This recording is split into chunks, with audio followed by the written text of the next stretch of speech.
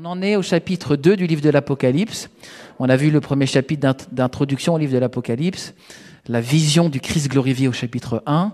Et à partir du chapitre 2, Jésus parle et il va parler à 7 églises. Et ces 7 églises sont dispersées dans ce que la Bible appelait l'Asie, qui n'est pas l'Asie d'aujourd'hui, ça correspond à l'actuelle Turquie. Et on a 7 églises en Asie. Et on a vu Éphèse, Smyrne, Pergame. Et on arrive à la 4e église, dans Apocalypse 2, de versets 18 à 29, qui est l'église de Thyatire. Alors, pour faire très simple, parce qu'on a déjà fait beaucoup d'explications de ces églises d'Asie, elles sont à peu près tous dans le même contexte. C'est un contexte où l'Empire romain est présent et a autorité sur les villes de la Turquie actuelle.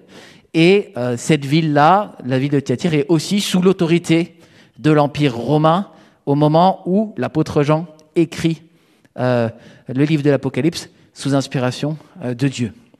Et la ville de Thyatire, contrairement à Éphèse, contrairement à Pergame, n'est pas une grosse ville.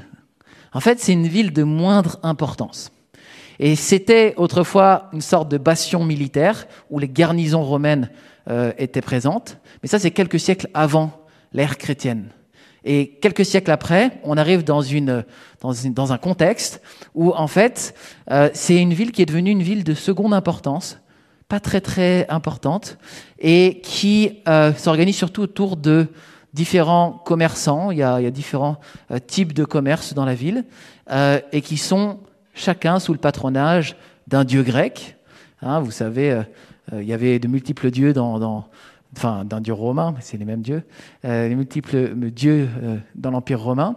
Et puis, chaque commerçant, chaque type de métier avait un peu son dieu. Et donc, les chrétiens dans cette zone, ils sont souvent dans un métier et on a des banquets, des cultes qui sont organisés en fonction de votre métier, où on doit, adorer, vénérer ou participer à des fêtes avec des viandes sacrifiées aux idoles, et en particulier aux dieux de cette corporation de métiers-là. Et donc les chrétiens sont dans cette situation où ils ne veulent pas adorer un autre dieu, mais ils sont toujours dans le même contexte, là-bas, où ils pourraient se compromettre avec de l'idolâtrie. Contrairement à Pergame, contrairement à Éphèse, il n'y a pas de culte dédié à l'empereur dans cette ville, et donc la persécution est un petit peu moins forte, même qu'à Smyrne, on avait vu avec le martyre de Polycarpe de Smyrne, là-bas, que justement dans ces églises où il y a carrément un temple à l'empereur, et vraiment, si vous ne faites pas preuve que vous adorez l'empereur, ça devient beaucoup, beaucoup plus compliqué pour vous. Donc c'est un petit peu moins fort là-bas, la persécution.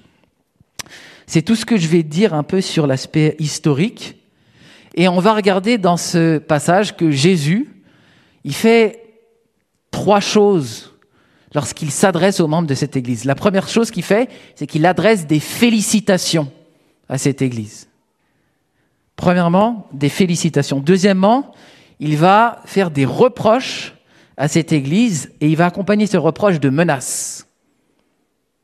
Et troisièmement, dans ce texte qu'on va lire, Jésus, il donne des exhortations à rester fidèles et il donne des conseils à suivre. Et je crois que dans ce texte-là, félicitations, reproches et menaces, exhortations et conseils, on a comme un enseignement de ce que même nous, en tant que chrétiens, nous devrions apprendre à faire. La prophétie biblique, c'est pas juste des prédictions de l'avenir, c'est pas juste des reproches qu'on nous fait, c'est pas juste des encouragements, c'est toutes ces choses-là articulées ensemble pour produire une parole qui porte du fruit dans la vie des croyants. Et nous-mêmes, lorsque nous apprenons la prophétie, ou tout simplement lorsque nous parlons les uns aux autres, on peut découvrir de cette richesse pour nous-mêmes pas mal de choses. Et depuis plusieurs années, j'ai la chance, moi personnellement, et vous aussi, pour certains, de marcher aux côtés de George T. Alors George T, pour ceux qui ne connaissent pas, c'est le responsable principal de cette église. Il est avec sa femme à Genève en ce moment et il soutient une autre église. Et on est un peu dans un mode un peu dispatché en ce moment. D'autres sont partis en week-end, d'autres sont certainement allés voir un peu les beaux jours. Mais George, c'est quelqu'un, je marche avec lui depuis des années, et une des choses qu'il m'a appris, c'est à encourager les gens, à donner des félicitations. Parce que Georges, il est vraiment, vraiment fort pour ça. Et c'est pas de la flatterie. Quand Georges, il vous dit quelque chose, c'est parce qu'il voit ce que Dieu fait en vous et au travers vous. Et du coup, j'ai de la chance de connaître Georges et de voir cette partie du caractère de Christ en lui. Et j'ai envie d'être plus comme Georges parce que Georges, il est plus comme Christ que moi. Il y a quelque chose de vraiment bon dans les encouragements. Et on va lire tout de suite les félicitations, les encouragements que Jésus adresse à l'église de Thyatire. Du verset 18 au verset 20 du chapitre 2. Il est écrit « À l'ange de l'église de Thyatire, écrit. Voici ce que dit le Fils de Dieu dont les yeux sont comme une flamme ardente et les pieds comme du bronze. Je connais tes œuvres, ton amour, ta fidélité, ton service, ta persévérance. Je sais que tes dernières œuvres sont plus nombreuses que les premières. » Ici, c'est Jésus qui parle. Et on sait bien que c'est Jésus qui parle parce qu'il est écrit « Voici ce que dit le Fils de Dieu ». Et alors, le Fils de Dieu dans le Nouveau Testament, il n'y a pas de doute, c'est Jésus. Ici, Dieu n'a pas voulu faire un langage crypté, comme on voit des fois dans l'Apocalypse. Il veut qu'on sache bien qui nous parle. C'est le Fils de Dieu qui nous parle. Il n'y a pas besoin de clé d'interprétation. Mais ce n'est pas seulement le Fils de Dieu qui parle. C'est celui qui a des yeux comme des flammes ardentes et des pieds comme de l'airain ou du bronze. C'est quoi cette image de la flamme dans les yeux de celui qui nous parle? La flamme, ça veut certainement signifier le regard perçant qui voit clair au milieu des ténèbres. Celui qui voit dans l'invisible. La flamme, ça veut certainement aussi dire celui qui consume par son regard les faux semblants et qui va voir jusque dans le fond du cœur. Et on va voir au verset 23 quelque chose qui reprend ça. Cette flamme, c'est certainement aussi un regard glorieux qui attire notre regard à nous. On a envie de se plonger dans ses yeux, dans cette flamme.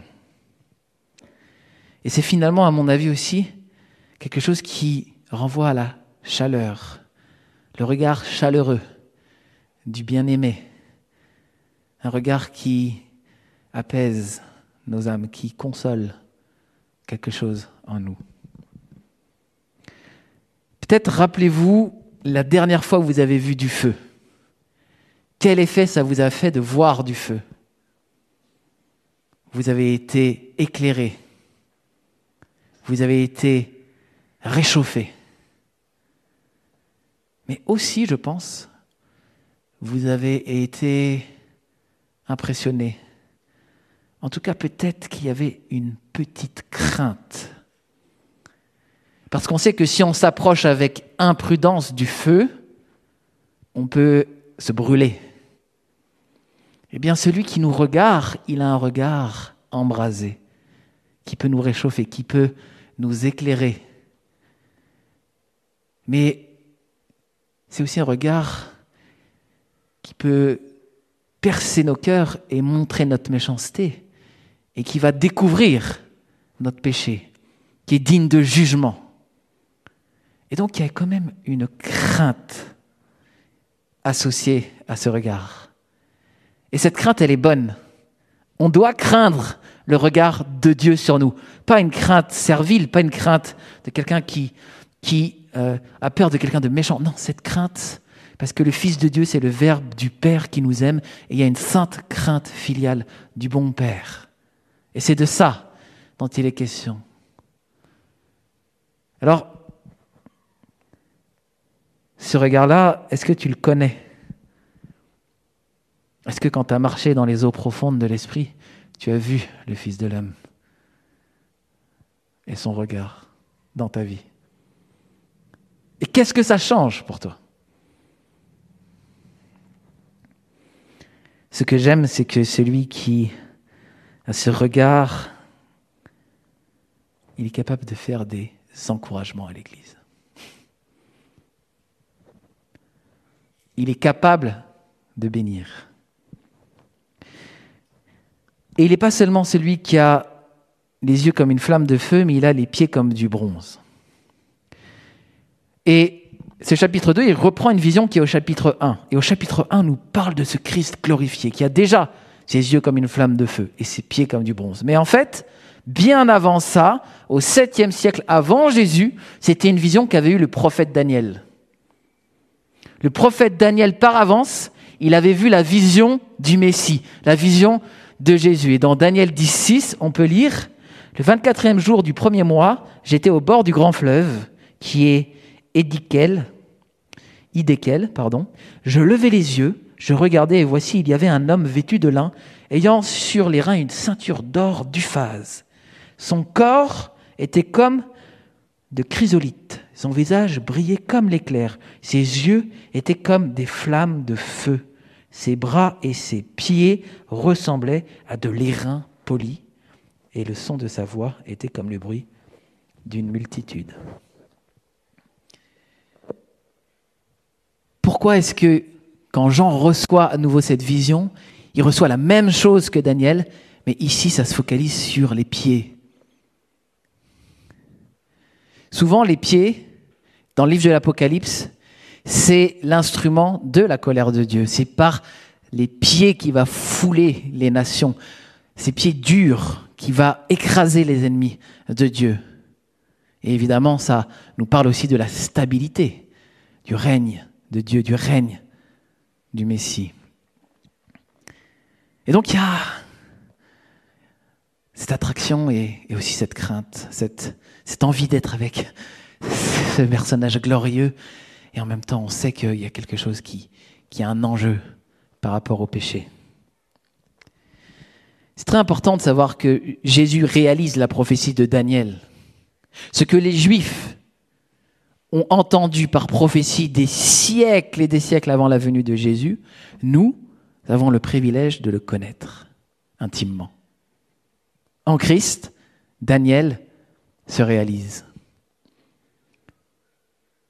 Et parfois, nos amis juifs ne le reconnaissent pas. Mais par sa grâce, Dieu a fait entrer des païens dans le salut, dans le temps de sa patience aujourd'hui. Et nous connaissons celui que Daniel a prophétisé. On est en train de vivre une histoire qui a des siècles et des siècles et des siècles de révélation. Et on fait partie de ces privilégiés qui, par pure grâce, ont reçu une illumination de qui est ce personnage. C'est le Fils de Dieu, c'est Jésus. Et je crois, comme je le disais à la première prédication sur le livre de l'Apocalypse qu'on avait fait, qu'on a dans ces images du livre de l'Apocalypse comme des tableaux à regarder, des images à repasser dans notre esprit souvent pour ne pas perdre la vision de qui est Jésus. Jésus, il est bien plus que l'homme qui a marché sur cette terre. Il est le Fils de l'homme qu'avait à voir Daniel. Il est le glorieux que voyait déjà Daniel. Dans Hébreux 13:8, il est écrit que Jésus est le même hier, aujourd'hui et pour toujours. Waouh! Waouh! Ce Jésus-là, il dit à cette petite église, dans cette ville de moindre importance, je connais tes œuvres, je connais ton amour, je connais ta fidélité et le service et ta persévérance, et je sais que tes œuvres sont plus nombreuses aujourd'hui qu'hier. Peut-être que personne s'intéressait à cette église, mais Dieu voit. Et en fait, que le Fils de Dieu le dise et vienne féliciter cette Église pour ces choses, c'est une valeur inestimable. Est-ce que parfois tu te dis, je fais des choses pour Dieu, mais personne ne le voit. Je fais des choses pour les autres et personne ne le voit.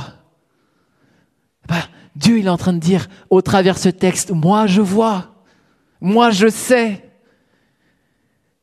Ne baisse pas les bras, persévère dans ton service pour moi. Et c'est une grande leçon de la vie. Est-ce qu'on fait les choses pour les hommes et pour Dieu afin de trouver la reconnaissance chez eux ou chez lui? Parce que si tu sais quel est le regard de feu, quel est le regard de chaleur que porte sur toi le Fils de Dieu, alors que tu es en train d'accomplir ce qui lui plaît, tu n'auras pas besoin de l'approbation des hommes et tu seras libéré de leur regard. Et ça, c'est une leçon très importante dans votre marche avec Dieu. Dans notre vie avec Dieu, on est toujours emprisonné par le regard d'un autre. Ton patron ne reconnaît pas ton travail, tes parents ne reconnaissent pas les qualités que tu as, tes frères et tes sœurs non plus. Les responsables de l'Église ne voient pas tout ce que tu fais. Oui, mais Dieu, lui, oui. Et c'est avec lui, en cœur à cœur avec lui que tu vas être. Amen. Moi, je crois qu'on doit apprendre ça à nos enfants, très tôt. Que Dieu a un regard bienveillant sur eux quand ils font ce qui lui plaît. Et qu'ils sont aimés au-delà de tout ce que les autres diront. C'est là qu'on enracine des gens avec un caractère en Dieu, libre du regard des hommes. Et je sais que c'est pas facile. Et je suis persuadé qu'il y en a qui sont prisonniers du regard des autres. Et je pense vraiment que Dieu veut faire quelque chose par son esprit aujourd'hui. Seigneur, je te le prie, Seigneur. Ceux qui sont enfermés sous le joug du regard des autres puissent être libérés cet après-midi. Je prie que tu convainques par ton esprit. Marthe, tu t'agites pour beaucoup de choses, mais Marie a la bonne part. Oui, le regard du Seigneur est sur ceux qui s'arrêtent comme ça.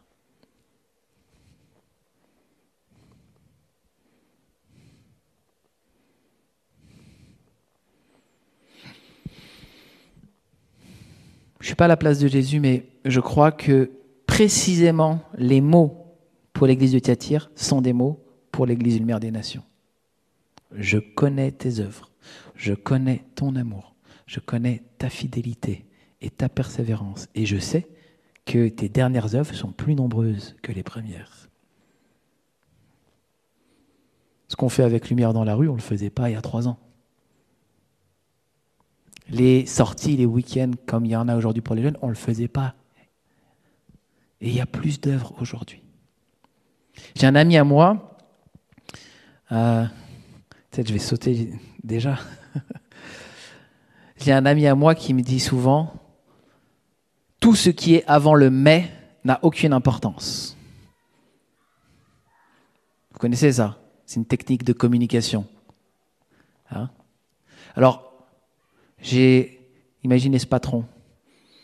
J'ai absolument rien à te reprocher.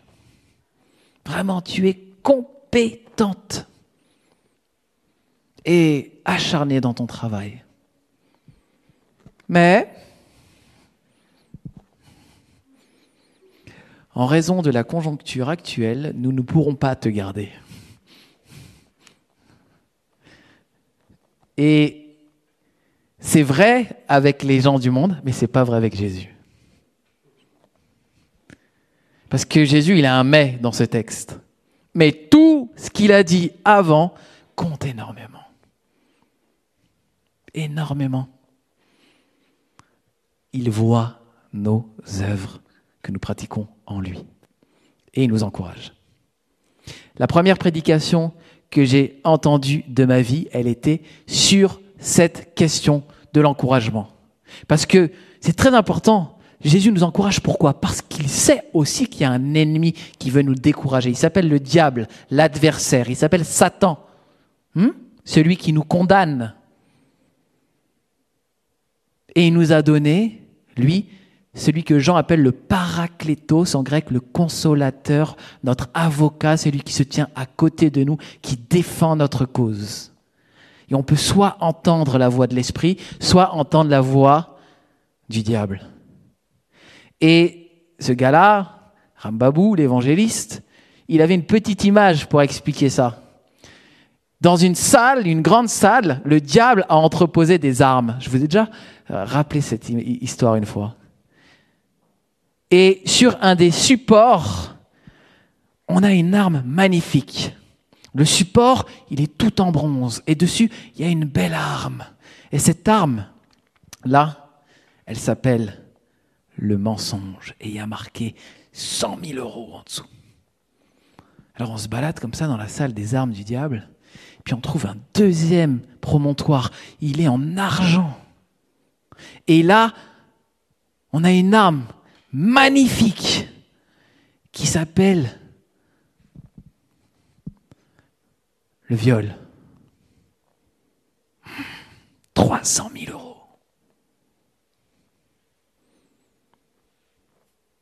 Et puis, il y a encore une autre arme sur un support encore plus beau. Il est en or, il y a une cloche de verre par-dessus. Elle s'appelle le meurtre. Désolé, je ne sais pas si c'est les bonnes catégories. Et elle vaut 500 000 €. Et tout au fond de la salle, sur un petit promontoire en bois plein de poussière, avec des araignées dessus, il y a une toute arme, toute rouillée, toute nulle. Elle s'appelle le découragement. Et elle vaut 1 million €. Et pourquoi elle est si chère? Elle ressemble à rien, cette arme. C'est une arme sournoise. On ne la voit pas venir. On ne la voit pas entrer. Parce que nous, dans notre société judéo-chrétienne, on sait que le meurtre et l'adultère et le vol, c'est pas bien. Mais le découragement. Mais quand le découragement il rentre dans ton cœur, il tue ton cœur. Il paralyse ta vie. Tu rentres dans l'apitoiement. Certains vont jusqu'au suicide. Et Jésus, lui, il nous encourage. Et ça doit nous motiver à nous aussi apprendre à encourager les autres. Comme Georges. Vous voyez à quel point c'est crucial. L'encouragement, c'est crucial. Dieu t'encourage. Bravo pour ton service. Bravo pour ce que tu fais. Bravo pour ton amour. Bravo pour ta fidélité. Bravo pour ta persévérance. Bravo, bravo, bravo, bravo. Dieu t'encourage. Bravo. Si on veut avoir une juste image de Dieu, il ne faut pas simplement entendre ses reproches. Il n'a pas que des reproches. Il a des félicitations. Parce qu'il a commencé une œuvre en toi qu'il va accomplir, qui va mener à perfection. Alors il y a un mais. Il y a un mais. À partir du verset 20, « Pourtant j'ai un reproche à te faire. Tu laisses cette femme, cette Jézabel, qui se dit prophétesse, égarer mes serviteurs, en leur enseignant à participer au culte des idoles, en se livrant à la débauche et en mangeant les viandes des sacrifices. Je lui ai laissé du temps pour qu'elle change, mais elle ne veut pas renoncer à son immoralité. Voici, je la jette, elle et ses compagnons de débauche, sur un lit de grande détresse, à moins qu'ils ne changent en renonçant à agir selon son enseignement. Je livrerai ses disciples à la mort. Ainsi, toutes les églises reconnaîtront que je suis celui qui sonde les pensées et les désirs secrets. Je donnerai à chacun de vous ce que lui auront valu ses actes. » On a vu dans l'église d'Éphèse, dans l'église de Pergame, que certaines personnes, ces églises, laissaient la place aux Nicolaïtes, cette secte qui poussait à la débauche, à l'adultère, aux cultes idolâtres. Et dans l'église ici de Thyatire, il y a une Jézabel qui enseigne à faire les mêmes choses. Alors, elle s'appelle certainement pas Jézabel pour de vrai, parce que Jézabel, c'est une prophétesse de l'Ancien Testament dans le livre de 1 roi et de 2 rois, qui tuait les prophètes de Dieu, qui poussait à l'idolâtrie, et que Dieu a fini par faire périr dans d'atroces souffrances. Et il y a une Jézabel. Et là, Jésus, il vient tirer les oreilles à l'ange. Moi, je pense que c'est aux responsables de l'Église. Mais c'est toute l'Église qui est visée. Il y a au milieu de toi une fausse prophétesse. Et on pourrait se dire, ouais, mais ça, c'est les problèmes de l'Antiquité.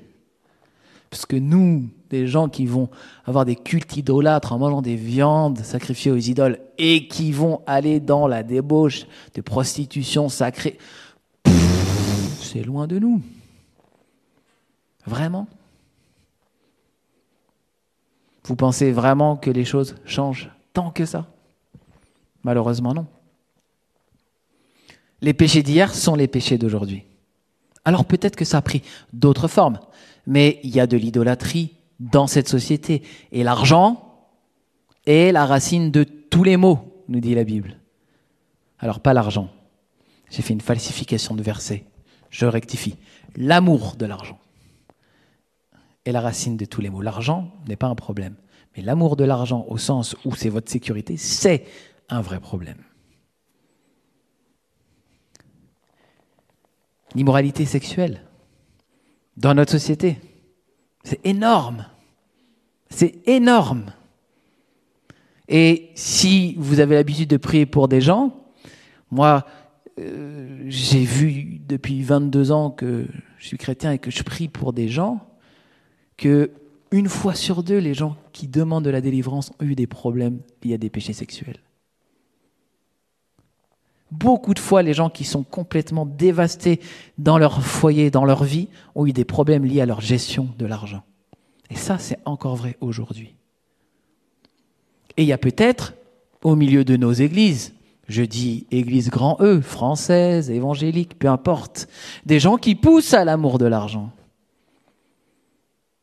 Des gens qui justifient certains comportements sexuels. On en parlait avec Apologia récemment. On a vu une femme pasteur qui nous fait un peu peur dans ses discours par rapport à ces choses. Ça existe encore. Et si Dieu fait des menaces, c'est pas pour nous faire peur. C'est parce qu'il sait que le bonheur, il est lié à la sainteté. Tant que dans ta vie chrétienne, tu n'as pas compris ça, tu n'es pas un chrétien heureux.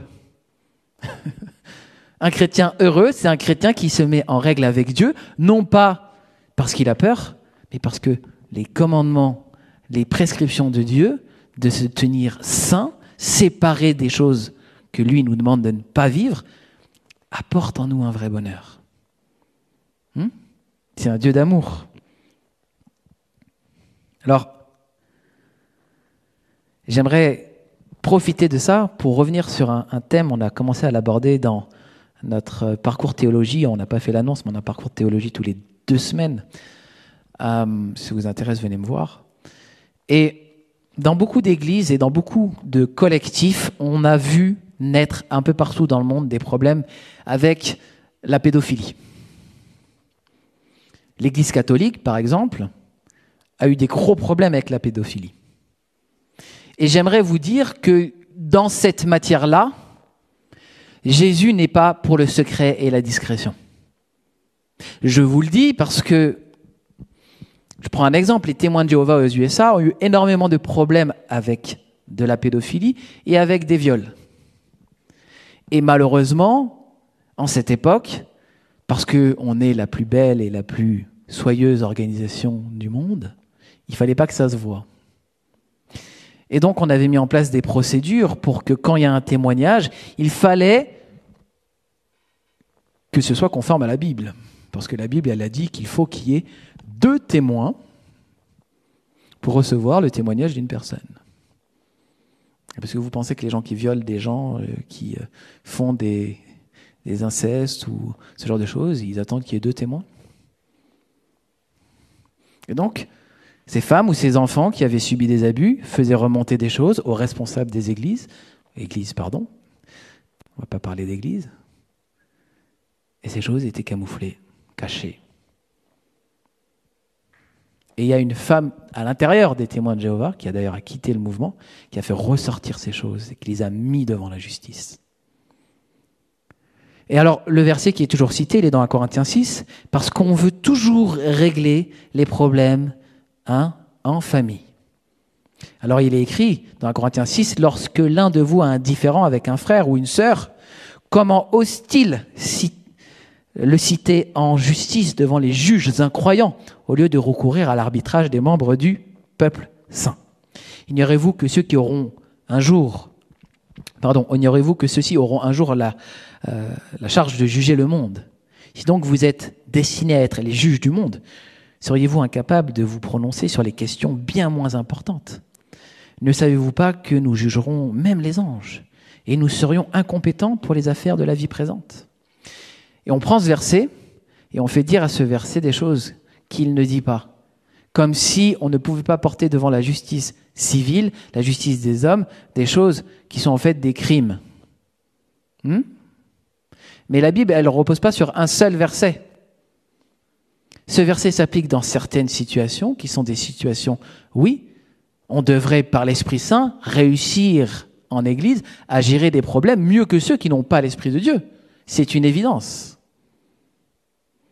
Mais quand le péché a tellement gangréné une famille ou un certain type de structure, Dieu a mis des garde-fous. Dans Romains chapitre 13, il est écrit que chacun se soumette aux autorités qui nous gouvernent, car toute autorité vient de Dieu, et celles qui existent ont été établies par Dieu. C'est pourquoi celui qui s'oppose à l'autorité résiste à l'ordre que Dieu a établi, et ceux qui résistent attireront une condamnation sur eux-mêmes. En effet, on n'a pas à craindre les magistrats quand on fait le bien, mais quand on fait le mal.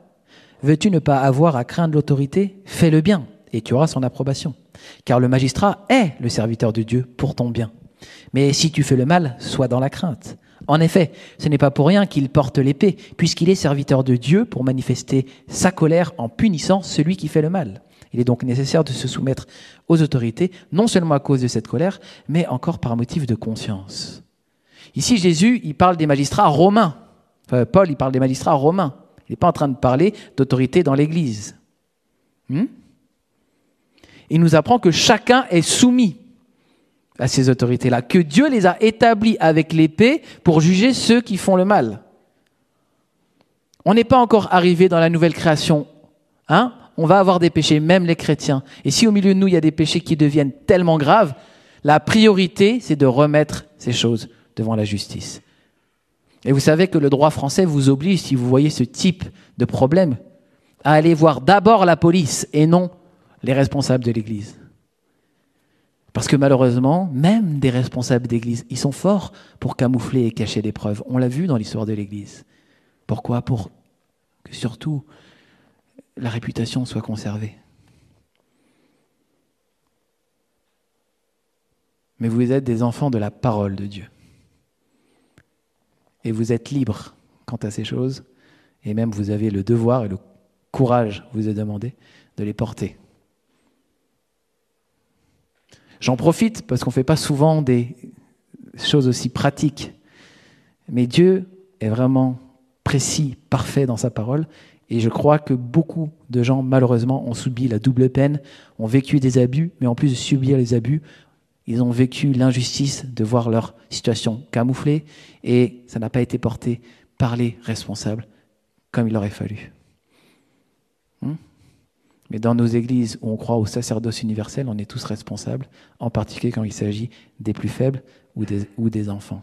Donc on fait attention et on prend nos responsabilités. Et la réputation vaut beaucoup moins cher que la vie d'un de nos petits. Amen? Ok. J'ai passé un message. Merci. Ce que j'aime dans ce passage, c'est que Jésus laisse du temps à Jézabel pour changer, mais elle s'entête. Et il dit encore à ceux qui la suivent, s'ils se repentent, il est patient. Ils font des choses graves, mais il est patient. Et donc, ce n'est pas une parole pour peut-être te condamner, peut-être que tu es dans des péchés, peut-être même dans des péchés graves.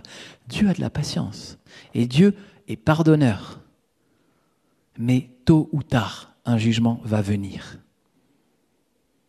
Et Dieu t'appelle à la repentance pour ne pas finir comme a fini Jézabel. Tu n'es pas sauvé par Jésus à la croix de tes péchés pour vivre dans le péché. C'est l'inverse. Tu as été sauvé de tes péchés pour vivre dans la sainteté.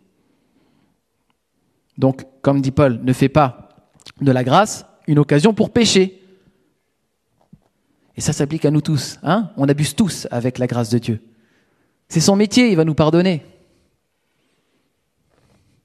C'est une mauvaise compréhension de la grâce. Amen.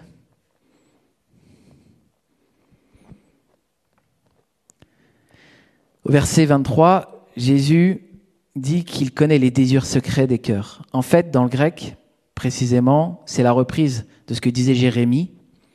Il connaît les reins et les cœurs. Jérémie 20, 12.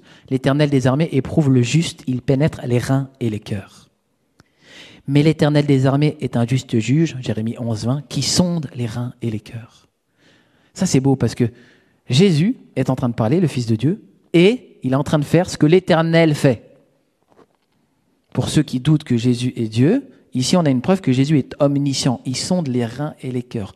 Avec ses yeux et sa flamme de feu, il regarde dans les reins et les cœurs de tous les hommes. Et Dieu a donné au Fils le pouvoir de juger les vivants et les morts. Et c'est lui qui est en train de sonder l'église de Thyatire, les belles choses et les moins belles choses, et tout sera révélé. Dans ta vie, c'est pareil. Dans la vie de cette église, c'est pareil. Tout sera révélé. Le Christ est la parole, le Verbe de Dieu. Il est Dieu, il voit. Il nous appelle à la repentance. Il nous appelle à la purification. Dernière petite lecture, et je ne vais pas être long, je sais qu'il est bientôt l'heure. Quant à vous, à partir du verset 24, les autres membres de l'église de Thyatire, vous qui ne suivez pas cet enseignement et qui n'avez pas voulu connaître ce qu'ils appellent les profondeurs de Satan, je vous le déclare, je ne vous impose pas d'autre fardeau. Mais tenez fermement ce que vous avez jusqu'à ce que je vienne. Au vainqueur, à celui qui continue à agir jusqu'à la fin selon mon enseignement, je donnerai autorité sur les nations. Il dirigera avec un sceptre de fer comme on brise les poteries d'argile, ainsi que j'en ai reçu moi aussi le pouvoir de mon Père. Et je lui donnerai l'étoile du matin. Que celui qui a des oreilles écoute ce que l'Esprit dit aux églises. Ce que j'aime beaucoup ici, c'est que à la fin, après avoir fait ses félicitations, ses reproches et ses menaces, Jésus regarde encore une fois ceux qui sont fidèles, qui ne se sont pas mis dans la dépravation avec les faux docteurs. Il te redit, si tu es fidèle, je le vois. Et je t'impose pas de charge. Je suis pas en train de te dire, deviens un religieux qui coche toutes les cases religieuses. Fais ça, ça, ça, ça, ça, ça, ça. Non, il te dit juste, reste fidèle. Demeure fidèle. Ça, c'est le livre de l'Apocalypse. Le livre de l'Apocalypse, il ne nous dit pas de partir en croisade, il nous dit de rester fidèle. Et à ceux qui sont fidèles, il fait 2 promesses. Vous allez régner sur les nations avec Christ, avec un sceptre de fer. C'est bizarre, ça. Et il va vous donner l'étoile du matin. C'est bizarre, ça aussi. Ça vous intéresse un peu de savoir ce que ça veut dire ? Alors, c'est mystérieux, le jugement final. Mais de toute évidence, les chrétiens seront associés au jugement que Dieu va porter sur les nations. Ici, les nations, qui est la reprise du mot, c'est ethné en grec, la reprise du mot goïm en hébreu, c'est les nations qui ont combattu contre Dieu et l'Église dans ce contexte-là. Pas toujours, mais dans ce contexte-là.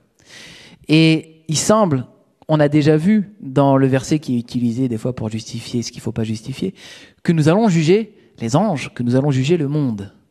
Et donc, il semble qu'on va être associé au jugement du monde, qu'on va être présent d'une manière ou d'une autre avec le Christ pour gouverner, juger, porter une parole de jugement, peut-être juste applaudir la parole de jugement de Jésus, je ne sais pas exactement comment ça va se passer, de ceux qui auront fait la guerre au sein, de ceux qui auront martyrisé les frères et les sœurs, de ceux qui auront persécuté, de ceux qui se seront opposés à Christ. On sera avec le Seigneur parmi les juges.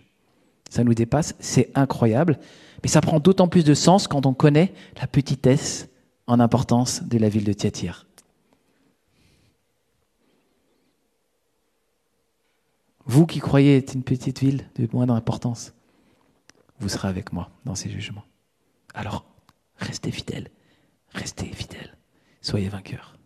Et je vous donnerai l'étoile du matin. Il y a plusieurs interprétations. L'étoile du matin, c'était peut-être une véritable étoile, etc. On peut en discuter. Mais moi, c'est mon interprétation. Vous avez le droit d'être pas d'accord avec moi. Non, vous n'avez pas le droit de ne pas être d'accord avec moi. Dans Apocalypse 22, 16, il est écrit « Moi, Jésus, j'ai envoyé mon ange pour vous attester ces choses dans les églises. Je suis le rejeton et la postérité de David, l'étoile brillante du matin. » Donc Jésus, il dit qu'il est lui-même l'étoile brillante du matin. Et donc s'il nous donne l'étoile brillante du matin, on peut peut-être conclure qu'il se donne à nous, qu'il s'offre à nous. Parce que tout le livre de l'Apocalypse va vers les noces de l'agneau où l'épouse, l'Église, va être avec l'époux. Et ils finiront dans des noces glorieuses. Et c'est une étoile brillante. Elle se lève le matin. Après une période de ténèbres, une période de nuit, Christ va revenir. Et il va éclairer le monde de sa gloire. Et sa lumière éclatante, son règne messianique, sera au bénéfice de qui ? De nous. C'est nous qui allons jouir de l'étoile brillante du matin, de la gloire de Christ. Et il laisse les membres de l'église de Thyatire avec cette image qui pousse évidemment à la louange. Ouais, Seigneur, je veux voir ta gloire briller sur moi à ton retour. Mais je vais prier. Seigneur, merci pour ton amour, pour ces magnifiques paroles du livre de l'Apocalypse, dans lequel tu nous encourages à persévérer. Et Seigneur, on voit déjà tes yeux comme une flamme de feu, mais bientôt tu viendras et tu brilleras comme le flambeau de la cité, le flambeau de la Jérusalem céleste, comme dit le livre de l'Apocalypse.